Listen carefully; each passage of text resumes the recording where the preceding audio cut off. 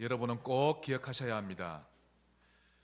큰 수만 명의 성가대가 이루어진 거대한 찬양대만 하나님 계신 거 아닙니다. 어찌 보면 거기 안 계실 수도 있습니다. 거기만 매료되면. 하나님은 중국의 지하에서 지금도 예배드리는 곳에 하나님은 충만히 임재하십니다. 하나님은 여러분의 가정에도 계시고 여러분의 직장에 분명히 계십니다. 이 사실을 반드시 기억하시기를 바랍니다. 얼마 전에 동성애 단체가 우리 한국입니다. 어떤 법안을 올렸는데 드디어 통과가 됐습니다. 알아보니까 어떤 목사님 말씀이 동성애 단체가 포기하지 않고 10년 동안 계속 매년마다 올렸답니다. 그 거절당하고 거절당하고. 그래서 어느 목사님 참여했는데 이번에도 거절당하겠지 했는데 이번에 한국의 법안이 통과되었습니다. 미국에 여러분 뉴스 들으셨죠? 어느 목사가 강단에서 동성애를 성경으로 볼 때 아닙니다 하고 반대하는 설교를 했는데 설교하고 있는데 거기에서 바로 그 교회 담임 목사에서 파면당했습니다.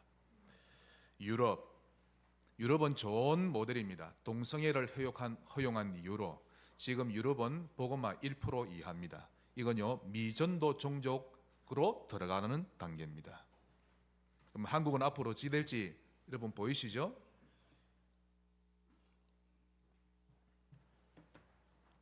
눈을 열어야 합니다. 지금 모슬렘들은요 아무리 지도자가 꾸짖어도 그 자리에서 갱신합니다. 그리고는 이 모슬렘을 확산하기 위해서 어떻게 할까? 눈에 불을 켭니다. 하루에 5번 기도 반드시 합니다.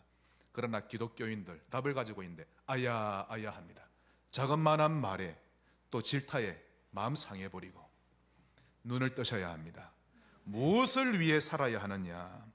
아까 우리 장로님이 시스템이 세워지길 위해 기도하셨는데요.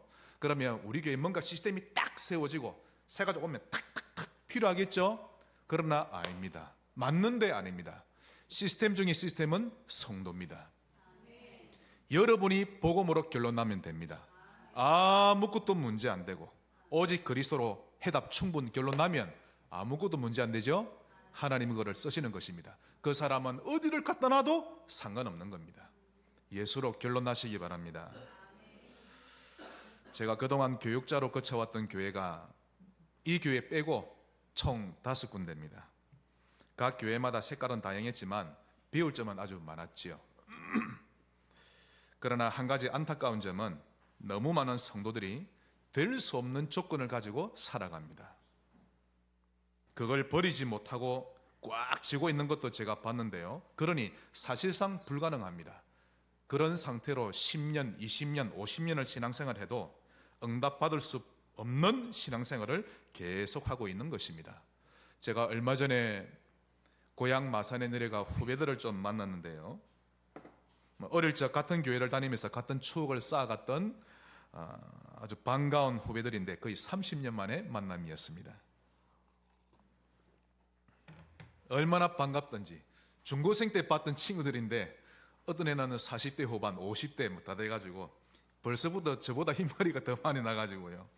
어째 지냈냐 이야기를 하던 가운데 저의 고향교회, 저의 모교회에 대한 사정을 듣게 되었습니다. 제가 거기를 떠나올 때만 해도 재적이 거의 한 800명, 교세가 800명 되는 교회였는데 지금은 이 300명으로 줄었다 합니다. 마산에서 대표적인 교회였거든요. 그런데 이 300명으로 줄었고 또 그러면서 듣게 된 내용이 제 기억으로 한 30년 전에도 좀 신앙생활 제대로 못했던 몇몇 성도님들, 저보다는 더 선배거나 연배가 있으시겠죠? 그분들의 삶을 듣게 되었는데 30년이 지난 지금도 제대로 신앙생활 못하고 있는 상황 듣게 된 것입니다. 예나 지금이나 자기 방식대로 똑같이 자기 체질대로 살아갈 뿐 변화된 모습은 전혀 찾아볼 수 없었던 것입니다. 수십 년이라는 세월이 지났지만 계속해서 내 방식대로입니다. 평상시 은혜 받을 줄 모르니 늘 뒤에서 교회에 대한 흠집만 늘 늘어놓고 다닌답니다. 불평거리를 여기저기서 다 가져와 가지고 그리고는 사람들 모여 있는 데서 말합니다. 교회는 이러면 안 돼, 저러면 안 돼. 얼마나 불쌍한지. 30년 동안 복음으로 행복할 줄 몰랐다는 뜻이 되겠지요. 저는 그 분들을 대부분 다 잘 압니다. 제 형 누나들과의 동기간이기도 하고 그 좀 연륜 있는 분이기도 하고요. 그들이 어떻게 신앙생활을 했는지 제가 그때도 잘 압니다. 어리지만 여러분 애들도 다 압니다. 아, 저분은 저 어른은 믿음이 있다, 저 믿음 없다, 다 알죠. 사람은 변화될 수 있습니다. 오랜만에 만나면 집사님 어찌 멋있게 변했어요? 이야, 예전의 모습이 아닌데, 이런 말 들어야 되지. 예나 지금이나 똑같아 들으면 안 되겠죠. 그래서 사람들 만나면 불만을 내놓습니다. 교회는 이러면 안 돼, 저러면 안 돼. 그러다가 결국 견디질 못하고 어느 개척교회나 작은 교회로 옮겼답니다. 거기서 처음에는 적응 잘하는 것 같다가 또 2, 3년이 지나면서 또 불만이 쌓이죠. 왜냐하면 내하고 뭔가 안 맞다 싶으니까. 그러면 또 옮긴다고 합니다.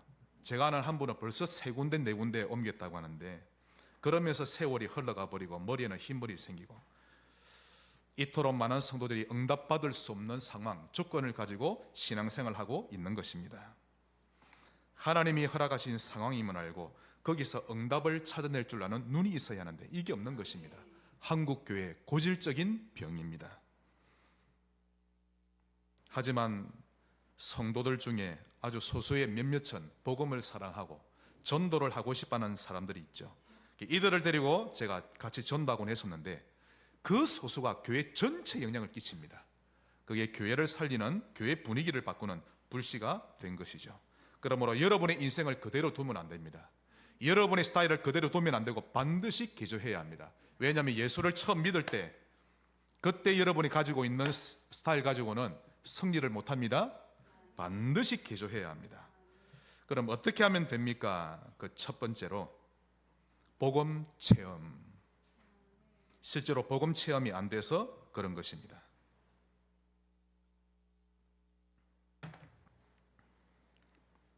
그 첫 번째로 갈보리산 언약 체험되어야 합니다.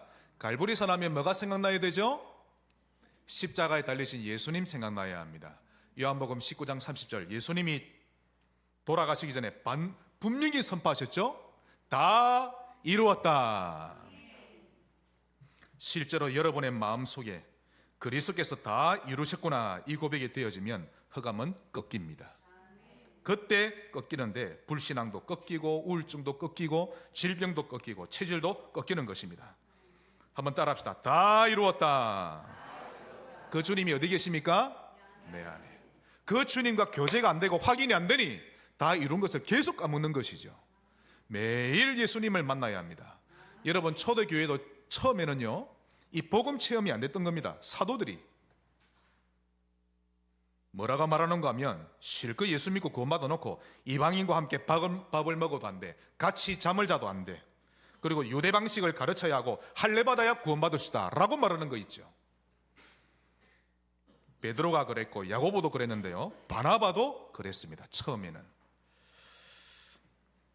그러니 하나님이 그들을 로마 복음화에, 그 중요한 로마 복음화에 쓰고 싶어도 그런 모습 가지고는 하나님이 쓸 수가 없었던 것입니다. 오히려 바울의 전도 사역에 방해가 되었던 것이죠. 그래서 바울이 그들을 책망합니다. 정말 유대인처럼 사는 것이 복음적이냐? 그래야만 죄사함 받고 그래야만 구원을 받는 게 맞느냐? 아니지 않느냐? 유대인처럼 살 것이 아니라 그리스도인으로 살아야 될 것이 아니냐? 바울이 질타했던 것입니다. 그러면서 그가 했던 말이, 나는 그리스도와 함께 십자가에 못 박혀 죽었다. 이제 내 안에 그리스도께서 들어와 살고 계신다. 이제 내가 사는 것은 그분을 믿는 믿음 안에서 사는 것이다. 이렇게 고백했던 것입니다. 이때 흑암이 무너집니다. 흑암이 안 무너지면 우리가 아무리 노력해도 안 되지요. 반드시 복음 체험이 되어져야 합니다. 그리고는 두 번째로 감람산 언약이 체험되어야 합니다. 체험되어야 합니다. 감람산, 주님이 성찬하시기 전에 120명을 데리고 감람산 언덕으로 데리고 가셨습니다. 거기서는 보좌의 능력을 말씀하셨죠. 40일 동안 설명하셨는데, 즉 40일 동안 주님이 체질을 바꾸신 겁니다. 그 사람의 눈을 바꾸고 고질적인 체질을 바꾸신 것입니다. 여러분의 체질 바뀌어야 합니다. 처음 예수 믿을 땐 구원받기 위해 필요했죠. 예수님을 나의 구주로 영접합니다. 그 이후로 체질 바뀌어야 합니다. 결국 오늘 제목이 인생을 개조하라인데, 여러분의 생각이 제일 먼저 바뀌어야 하는 것입니다.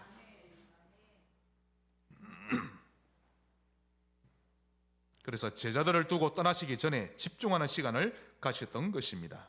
우리에게도 이런 집중하는 시간 필요합니다. 그래서 이 시간을 통해 옛 체질을 버리고 옛 생각을 내려놓기도 하는 것이죠. 이런 시간이 없는 성도는 30년이 지나도 안 바뀝니다. 자, 우리 한번 인사합시다. 집중하는 시간을 가집시다. 네, 하나 더 따라야 됩니다. 말만 하지 말고 집중하는 시간을 가집시다. 꼭 가지시길 바랍니다. 이 시간 없으면 체질 정말 안 바뀝니다. 그대로 내 생각대로 살고 내 생각대로 말하고 내하고 안 맞으면 가버리고. 아닙니다, 여러분. 정말 아닙니다. 제가 고향의 후배들을 만나고 나서 얼마나 마음이 아프던지. 800명이 넘는 교회였는데, 그토록 성령 충만한 교회였는데 1층이 전부 다 기도실인데 거기에 구석구석마다 기도하는 소리가 끊이질 않았는데 이 300명밖에 안 되다니. 그러니까 딱 가버린 겁니다. 내하고 안 맞으면 가고 담임 목사님 바뀌면 가버리고 전부 내 체질대로. 저 성도 때문에 상처받으면 또 가버리고. 아닙니다, 여러분. 정말 아닙니다. 교회를 지켜야 돼요. 이게 언약으로 들려야 합니다. 목사가 성도 못 나가게 한다, 그 말이 아닙니다. 김정은이가 탈북자 안성이게 막는 그런 거 아닙니다, 여러분. 교회를 살리셔야 돼요. 그게 사명 중에 사명입니다. 교회에서는 아무 말 하지 말고 내 주장도 하지 말고 받은 말씀을 증거하는 증인으로 서는 것입니다.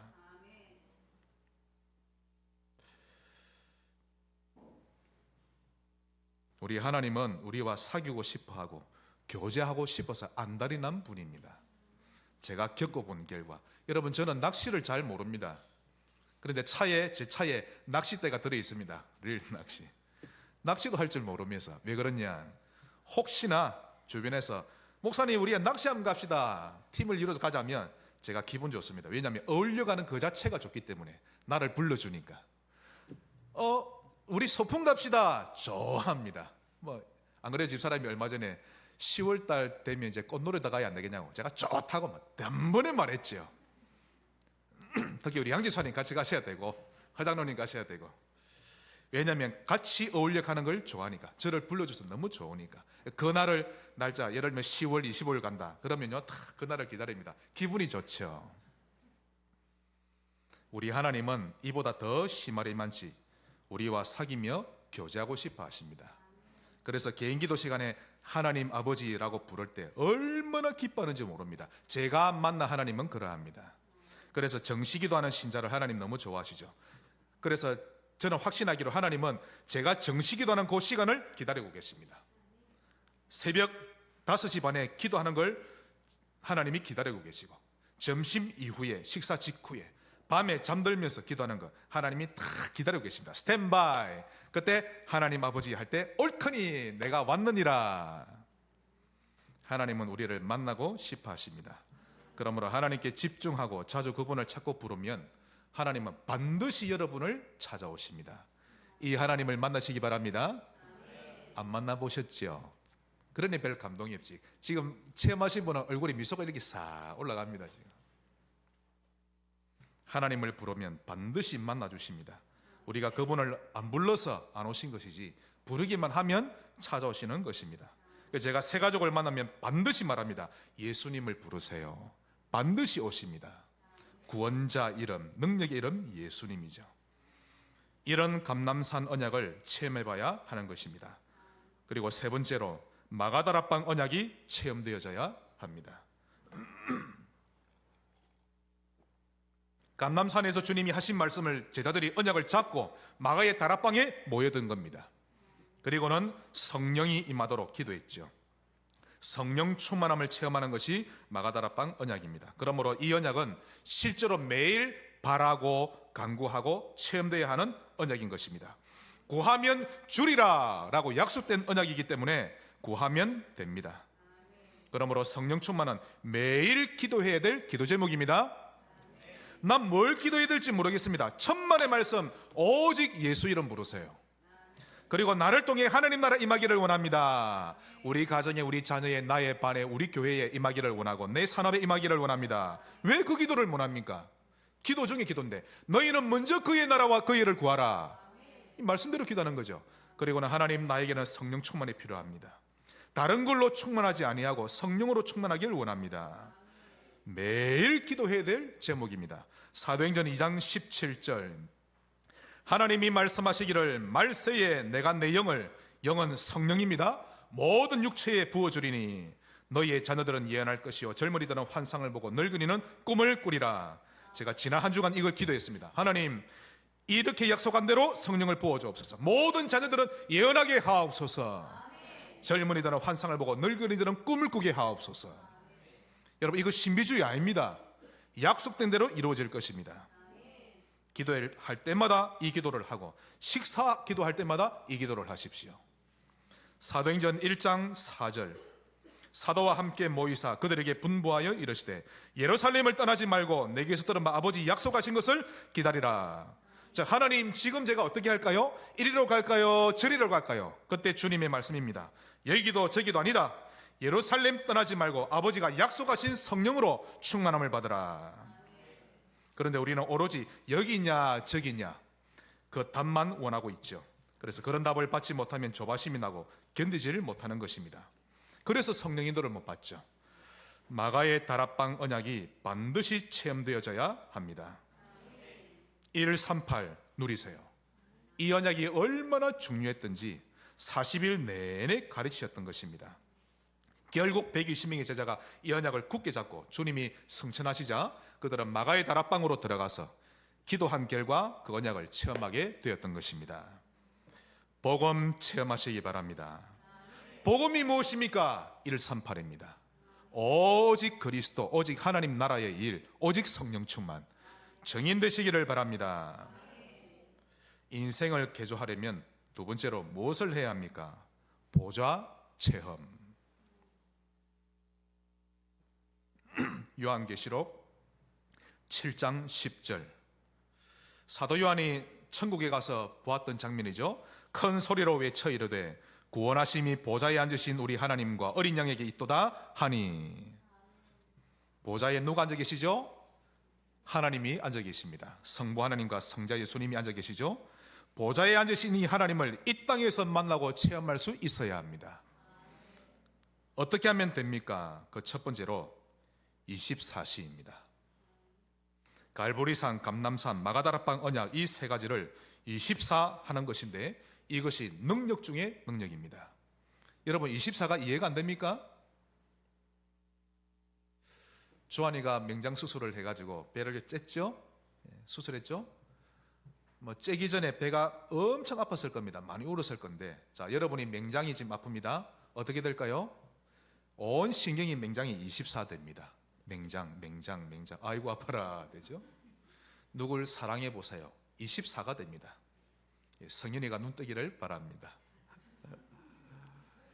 여러분, 이 바둑에 미쳐도 누우면 전부 다 바둑알로 다 보인답니다. 사람들 머리 보면 전부 다 까만 바둑알로 보이고, 그걸 보고 24라고 합니다. 오직 그리스도, 하나님 나라, 오직 성령. 6월절, 수장절, 오순절, 138 예수 그리스도의 십자가의 죽으심과 부활, 그것이 24가 될 만큼 누리면 이 24가 여러분의 운명을 완전히 바꾸어 놓을 것입니다. 완전 바꿉니다. 노름으로 24하면 노름 인생이 되고, 하나님으로 24하면 하나님 24 인생이 되는 것인데요. 제가 해외에 자주 나가다 보니까 어른분이 제보고 말합니다. 목사님 부럽습니다. 외국에 자주 나가서. 여러분, 외국 가봐야 볼 거 없습니다. 거기서 거긴데 한국이 제일 좋습니다. 어떤 분은 BMW 타보는 게 소원이라는데, 돈 많은 사람들은 늘 타보니까 별거 아니거든요. 제가 한때는 대리운전도 했었습니다. 아주 오래됐죠. 웬만한 외제차 다 몰아봤습니다. 왜? 너무 이상한 로고 외제차 있죠. 진짜 수억 하는 거 다 몰아봤는데 거기서 거기입니다. 해외 가보는 체험 못 해봐도 되고 좋은 차 못 해봐도 됩니다. 그런 체험은 안 해봐도 하나님 24는 꼭 체험해 보셔야 합니다. 그 사람이 능력 중에 능력이죠. 하나님이 그것을 의로 여기셨더라. 이때 체험하게 되는 것입니다. 하나님 24 되시길 바랍니다. 진짜 행복합니다. 우울증이 올래야 올 수 없죠. 귀신이 절대 못 옵니다. 절대 못 옵니다. 십자가로 24는데 어디 귀신이 옵니까? 귀신 문제 끝입니다. 우울증 끝. 아무것도 문제 안 되죠. 또한 보좌의 체험 두 번째로 25시입니다. 자, 하나님을 24 누리면 25시간표 옵니다. 25시는 이 땅에 없는 시간표죠. 즉 하나님이 역사하는 시간표다라는 뜻이 25입니다. GS 25가 아니고 하나님 25. 하나님이 내 삶에 역사할 시간표가 와야 합니다. 하나님은 하나님을 찾는 자들에게 기쁨으로 찾아와 주시고 만나 주시는 것입니다. 그러면 세 번째로 영원을 누리게 됩니다. 즉 이 말은 우리 인생은 불에 타고 없어질 열매를 맺는 것이 아니라 영원한 열매를 맺게 된다는 것입니다. 우리를 통해 구원받은 자들이 영원한 열매가 되고 우리가 하나님께 드린 물질로 세워진 그 교회가 열매를 맺으면 그 모든 열매가 여러분의 상급으로 되어집니다. 지금 팔라완에 또 여러 가지 스리랑카에 여러분이 헌금하셨죠? 전부 여러분의 상급입니다. 제가 스리랑카 가보니까요, 어떻게 하면 전도하려고 하는지 그들이 맺은 모든 열매가 여러분의 열매가 됩니다. 또한 불쌍한 영혼들을 위해 기도했던 여러분의 중보기도가 하나도 빠짐없이 여러분의 열매로 기록되어지는 것입니다. 가치 없던 우리 인생이 세상에서 가장 가치 있는 인생으로 바뀌어버린 것이죠. 그런데 여러분, 놀라운 사실이 있습니다. 천국에는 하나님의 보좌만 있는 게 아닙니다. 여러분의 보좌도 있습니다. 한번 볼까요? 계시록 4장 4절. 또 보좌에 둘려 24 보좌들이 있고 그 보좌들 위에 24 장로들이 흰옷을 입고 머리에 금관을 쓰고 앉았더라. 감히 보좌에 앉아 있습니다. 24 장로가. 이건 하나님이 믿음으로 산 자들에게 주신 특별 좌석인 것입니다. 그래서 흰옷을 입고 머리에는 금면류관을 씌우고 앉히신 것입니다. 왕노릇하게 하셨죠. 그러면서 10절 24 장로들이 보좌에 앉으신 이 앞에 엎드려 세세토록 살아계시는 이에게 경배하고 자기의 면류관을 보좌 앞에 드리며 이르되, 이들도 하나님이 높은 데 앉아 계시고 자기들은 밑에 보좌에 앉아 있다가 또 머리로 생각하니까 어쩌다가 내가 이런 복을 받았을까? 하나님이 나를 구원하시고 이 자리까지 앉혀주신 하나님 은혜가 너무 감사하니까 하나님 은혜 감사, 또 자리에 일어나서 그 보좌 앉아 하나님 앞에 엎드려 절하고 자기 머리에 금면류관을 하나님께 드리고, 그럼 하나님이 다시 그 머리에 금면류관을 씌워주시고 너의 중심을 받아놓으라. 이게 천국의 현장입니다. 믿음으로 살다 가시기 바랍니다. 이것만 생각하면 너무 기분 좋은 거 있죠. 잘 살아야 합니다. 처음 예수 믿을 땐 체질은 다 안 좋죠. 똑같습니다. 그러나 한 걸음 한 걸음 이런 나의 실수를 통해 저런 또 나의 잘못된 것 통해 또 바뀌고 하면서 나를 하나님이 믿음의 사람으로 만들어 가시는 것입니다. 나의 가는 길을 오직 그가 아시나니 그가 나를 단련하신 후에는 내가 순금같이 되어 나오리라. 참으로 이 땅에서 가치없게 살다갈 뻔했는데 하나님 은혜로 복음을 알게 되었고 하나님 나라 세우며 살 수 있도록 방향도 알려주시고 불타 없어질 작품이 아니라 영원한 작품 남기는 인생으로 살게 해주신 하나님의 은혜 진심으로 감사하시기를 바랍니다. 그래서 24, 25 영혼은 보좌를 체험합니다. 마지막 세 번째로 인생을 개조하기 위해 아주 중요합니다. 응답 체험. 하나님은 응답하시는 하나님이십니다. 응답에 인색한 하나님이 절대 아니십니다. 언제든지 응답하시는 하나님이시죠. 자, 응답을 체험하기 위해 첫 번째로 문제 왔을 때. 제 집사람이 한 번씩 말합니다. 교회에 조그마한 일만 생겨도 어이구 문제 왔다라고 하는데요, 문제 아닙니다. 상관없습니다. 왜 상관없죠? 문제 아니거든요. 지나고 보면 문제 아닌데 사람들은 문제라고 합니다. 문제 아닌 것을 자꾸 문제라고 하니까 그게 문제인 것이지. 그래서 그게 골치 아픈 것입니다. 진짜 문제를 문제라고 봐야 답이 보이거든요. 유럽을 보십시오. 미국을 보시고 한국을 보시면 그게 문제입니다. 진짜 문제를 문제라고 봐야 답이 보이지, 문제 아닌 것을 자꾸 문제라고 하면 답이 없는 것입니다. 심지어 하나님이 축복으로 그 문제를 주신 것인데 그걸 문제라고 여기니, 그래서 거기에다가 낙심하고 에너지를 소비하며 사는 것입니다. 스데반의 환난을 인하여 문제 아닙니다. 어째서 그게 문제입니까? 스데반의 순교는 오히려 하나님이 장차 큰 일을 하시겠다는 청신호인데 이 눈이 열려야 합니다. 사실 그 스데반의 순교로 인해서 안디옥 교회가 탄생하죠. 엄청난 축복인 것입니다. 세계 복음화의 주역으로 쓰인 교회가 바로 안디옥 교회인데 이 축복의 신호탄이었던 것입니다. 그러니 문제가 오면 거기서 답을 찾으세요. 분명히 답이 있습니다. 잘 모르겠거든, 문제가 와서 너무 머리가 헷갈리면 구역장 권찰에게 물으세요. 믿음 없는 사람에게 물어보지 말고, 엉뚱한 남의 다른 교인에게 묻지 말고 여러분의 구역장과 권찰에게 물으시기 바랍니다. 이분들은요 진짜 생각이 복음적이고 교회를 사랑하는 분들입니다. 이분들과 상담하고 기도 제목을 나누면 되는 것입니다. 문제 왔을 때 답을 찾으셔야 합니다. 두 번째로, 위기 왔을 때. 위기가 뭐죠? 그 뜻이 위험한 고비나 위험한 때를 이 위기라고 합니다. 그 특징이 예고 없이 찾아오죠. 이 위기는 갑작스럽게 들이닥칩니다. 그래서 사람들은 위기를 만나면 당황하거나 놀라게 되는 것입니다. 경제 위기, 건강 위기, 재난 위기, 영적 문제 위기 등등인데요. 그런데 자세히 보면 이런 위기가 곧 기회입니다. 경제 위기는 만몬의 경제를 떨쳐버리고 빛의 경제에 회복할 기회요. 건강 위기는 병이 들 수밖에 없는 그동안의 생활 리듬을 건강할 수밖에 없는 생활 리듬으로 바꿀 수 있는 기회요. 또 재앙이나 영적 문제, 귀신 문제 들이닥친 그 위기는 가정과 가문이 그리스도로 해답 결론 낼 수 있는 기회로 삼는 것입니다. 그러므로 위기를 기회로 삼는 사람은 인생 역전이 일어날 것이고, 낙심하거나 포기해버리는 사람은 끝없이 그 위기를 달고 사는 인생이 되는 것입니다. 위기 인생을 개조해야 합니다. 위기 왔을 때 자신이든 타인이든 누구든 탓하거나 원망하지 말고 오히려 기회로 삼고 하나님 앞에서 개조하시기를 바랍니다. 세 번째로, 갈등이 왔을 때.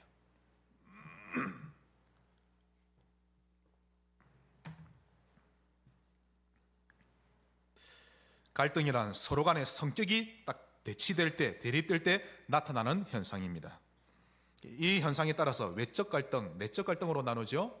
외적 갈등이라는 것은 사람과 사람 간에 일어나는 갈등, 또 어떤 환경과 그 사람과 사이에 일어나는 갈등을 외적 갈등이라고, 내적 갈등은 그 사람의 내면 세계에서 일어나는 심리적인 갈등을 말합니다. 중요한 것은 이 세상에 갈등을 겪지 않는 사람은 한 사람도 없다는 것입니다. 모든 사람이 다 갈등을 겪는데 그 갈등 속에서 희노애락을 느끼고 울고 웃고 한다는 것이죠. 문제는 그런 갈등을 어떻게 다루는가인데 가장 좋은 방법은 내가 갱신하는 것입니다.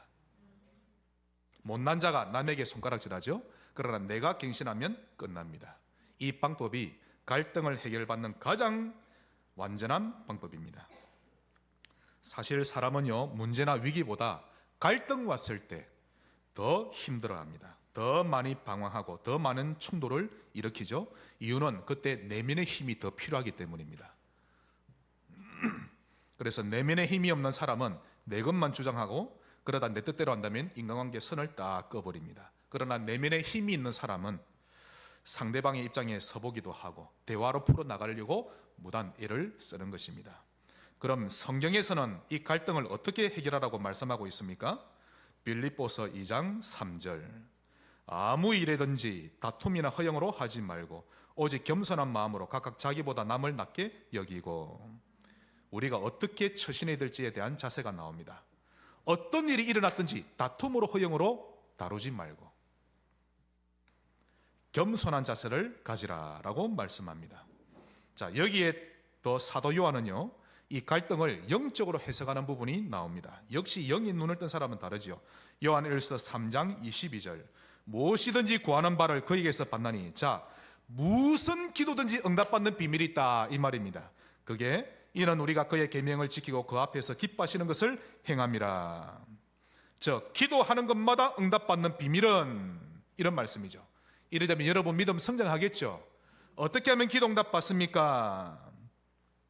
하나님의 계명을 지키고 하나님이 기뻐하시는 일을 행하는 것입니다.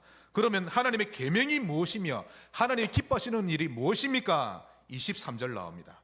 그의 계명은 이것이니 곧 그 아들 예수 그리스도의 이름을 믿고 그가 우리에게 주신 계명대로 서로 사랑할 것이니라. 예수 그리스도를 믿는 것과 서로 사랑하는 것이 계명이다라고 말씀합니다. 다시 말하면 그리스도를 통해 하나님을 사랑하고 이웃을 사랑하는 것이다. 너희에게는 미움이 허락되지 아니하였느니라. 하나님을 향해서도 사랑하는 것이요 사람과의 관계도 사랑하는 것이다 이 말이죠. 이것이 기도에 100% 응답받는 비결 중에 비결인 것입니다. 그러므로 갈등 앞에 섰을 때 사랑을 향해 나아가세요. 빗장을 걸어 잠그지 말고 선을 끊지 말고 갈등이 올 때마다 사랑하는 쪽으로 갱신하는 것입니다. 여러분은 여기에 어려울 것 같죠? 어려울 것 같아도 존심 상해도 딱 마음 먹고 한 번, 두 번 사랑 쪽으로 걸어가다 보면 여러분의 인생은 개조될 것입니다. 그때 바뀝니다. 그러나 문빗장을 걸어 잠그는 걸 계속하면요 이게 완전 습관됩니다. 나중에는 어렵게 되죠. 그릇을 키워보시기 바랍니다. 물론 이 땅에 태어날 때에는 간장종지였을지라도 복음을 여러분의 마음밭에 심고 키우고 하다 보면 여러분의 그릇은 점점 커집니다. 커지게 되어 있습니다. 결국에는 더 많은 것을 담는 그릇으로 바뀔 것입니다. 이걸 보고 소망을 품는다라고 하죠. 또 빌립보서 2장 5절 너희 안에 이 마음을 품으라 곧 그리스도 예수의 마음이니. 예수님의 마음을 품으면 되는 것입니다. 계속 품으시기 바랍니다.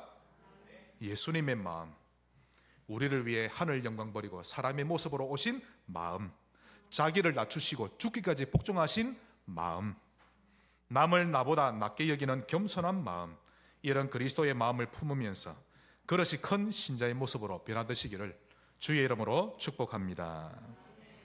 결론 맺겠습니다. 그래서 평소에 여러분이 무슨 생각을 하며 사는지 중요합니다. 무엇을 가지고 살고 있는지가 중요하죠. 이게 바로 그 사람의 인생인 것입니다. 제가 한번 드라마를 봤는데요. 해도 뜨지 않은 새벽녘인데 선착장에서 남자 둘이 힘들게 일하다 잠시 쉬고 있는 때였습니다.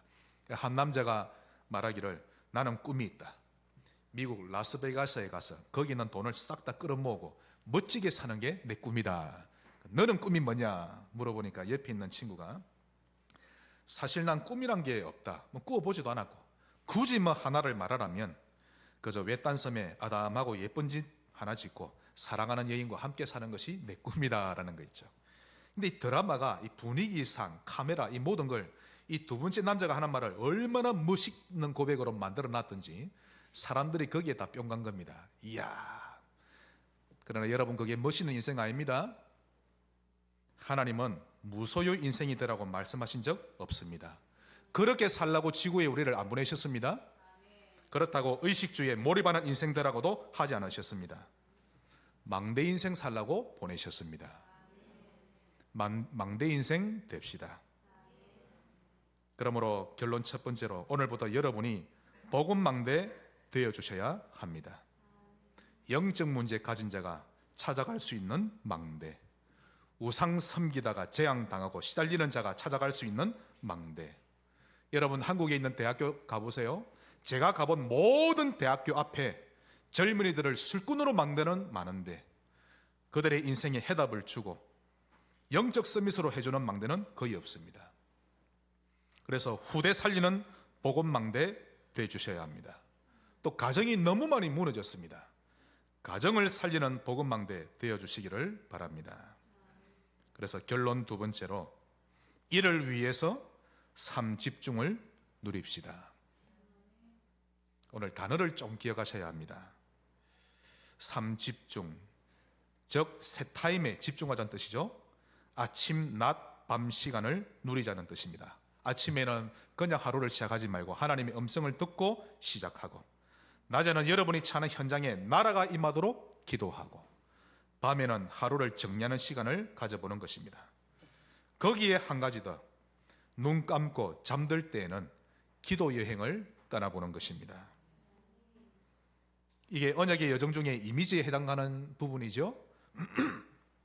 이 시간에는 나와 우리 교회의 1년 후, 10년 후, 50년 후를 내다보면서 상상하고 그림 그리는 시간입니다. 성경 구절을 소개합니다. 마태복음 28장 19절로 20절, 오늘 본문이죠. 이 말씀이 성취되는 꿈을 꾸는 것입니다. 그러므로 너희는 가서 가는 꿈을 꾸세요. 모든 민족을 그리스도의 제자로 삼아 아버지와 아들 성령 삼위일체 하나님의 이름으로 세례를 베풀고 교회화시키고 내가 너희에게 분부한 모든 것을 가르쳐 지키게 하라. 재생산해서 파송하는 것입니다. 이 꿈을 꾸시기 바랍니다. 그래서 삼집중과 잠드는 시간을 합쳐서 우리 교회는 성지포타임이라고 부르는 것입니다.